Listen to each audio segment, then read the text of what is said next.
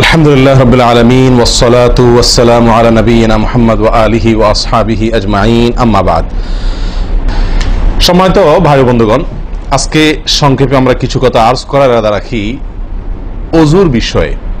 ওযুতে আমাদের যে সমস্ত ভুল ত্রুটিগুলো সচরাচর হয়ে থাকে সে বিষয়ে সামান্য কিছু কথা আরজ করার ইরাদা রাখি। ওয়া মা তাওফীক ইল্লা বিল্লাহ। আমরা সকলেই কমবেশ জানি যে ওযু বা পবিত্রতা এটা হলো সালাতের চাবি। নবী সাল্লাল্লাহু আলাইহি ওয়াসাল্লামের সূরা আবু দাউদে বর্ণিত হাদিসে আসছে, তিনি বলেছেন মিফতাহুস সালাতি আত-তাহুর, সালাতের বা নামাজের চাবি হলো কি? পবিত্রতা বা ওযু। এই ওযুর বিষয়ে আমাদের বেশ কিছু ত্রুটি, বেশ কিছু ভুল ভ্রান্তি হয়ে থাকে।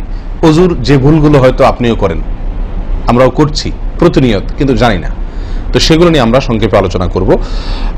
নবী সাল্লাল্লাহু আলাইহি ওয়াসাল্লাম বুখারী মুসলিমের হাদিসে আসছে, তিনি বলেছেন লা তুকবালু সালাতুন বিগাইরি তাহুরিন, পবিত্রতা ছাড়া কোনো সালাত কবুল হবে না। কোন সালাত আল্লাহর কাছে অ্যাকসেপ্টেড, গ্রহণযোগ্য হবে না কি ছাড়া? তাহারাত ছাড়া, ওযু ছাড়া।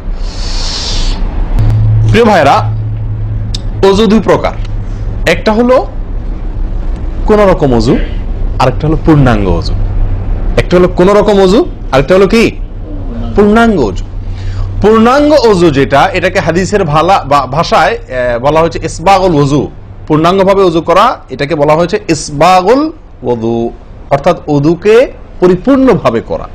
আরেকটা হলো যেন ভাবে কোন রকম ভাবে ওযু সেরে ফেলা।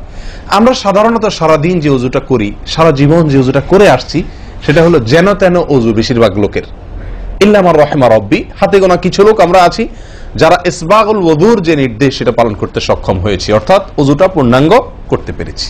প্রিয় ভাই বন্ধুগণ, ইসবাগুল ওযু এর নির্দেশ নবী সাল্লাল্লাহু আলাইহি ওয়াসাল্লাম বিভিন্ন জায়গায় দিয়েছেন, বিভিন্ন জায়গায় বহু হাদিসে আসছে, তোমরা ওযুকে আসবিগুল ওযু, আসবিগুল ওযু, তোমরা ওযুকে পরিপূর্ণ করো, ওযুকে পূর্ণাঙ্গ ভাবে করো, সঠিক ভাবে করো, যথাযথভাবে করো। তার মানে নবী সাল্লাল্লাহু আলাইহি ওয়াসাল্লাম জানতেন যে ওযুতে যথার্থতার খেলাফ প্রচুর পরিমাণে হয়ে থাকে, আর সেজন্য তিনি সাবধান করেছেন আসবিগুল ওযু, অর্থাৎ ওযুকে তোমরা পূর্ণাঙ্গ ভাবে করো, সুন্দরভাবে করো, যথার্থভাবে করো।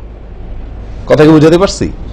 যেহেতু ওযুর বিষয়ে আমাদের গাফলতি আছে বা গাফলতি থাকার কথা, সেজন্য নবী সাল্লাল্লাহু আলাইহি ওয়াসাল্লাম আমাদেরকে বলেছেন ওযু করো, এটা না, বলেছেন আসবিগুল ওযু, অর্থাৎ আকমিলুল ওযু, ওযুকে পরিপূর্ণভাবে করো, সুন্দরভাবে করো, যথাযথভাবে করো।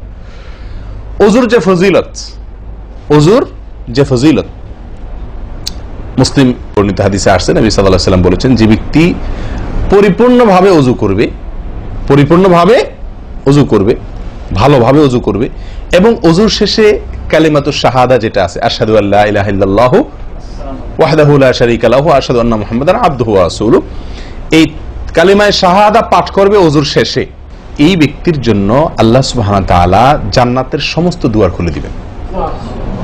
তাহলে আমরা বলতে পারি জান্নাতের 8 দুয়ারের সমস্ত দুয়ারের একটা রিমোট এখানে নবী সাল্লাল্লাহু আলাইহি ওয়াসাল্লাম আমাদেরকে বাতলে দিয়েছেন। একটি রিমোট, এই এক রিমোট টিপের সঙ্গে সঙ্গে 8 দরজা সব খুলে যাবে। সেটা হলো ওযুকে কি করা? পরিপূর্ণভাবে করা, সুন্দরভাবে করা, এবং এর শেষে, ওযুর শেষে কালিমাতুশ শাহাদা পাঠ করা, আশহাদু আল্লা ইলাহা ইল্লাল্লাহু ওয়াহদাহু লা শারীকা লাহু ওয়া আশহাদু আন্না মুহাম্মাদান আবদুহু ওয়া রাসূলুহু। আপনি পাঠ করলেন, জান্নাতের সমস্ত দুয়ার এর রিমোট যেন টিপ দিলেন। এই তিনটা কাজ করলেন মানে কি? জান্নাতের 8 দরজার একটি কমন রিমোটে টিপ দিলেন আপনি, সবগুলো পটপট খুলে যাবে, যে কোনো দরজা দিয়ে আপনি জান্নাতে দাখিল হতে পারবেন ইনশাআল্লাহ।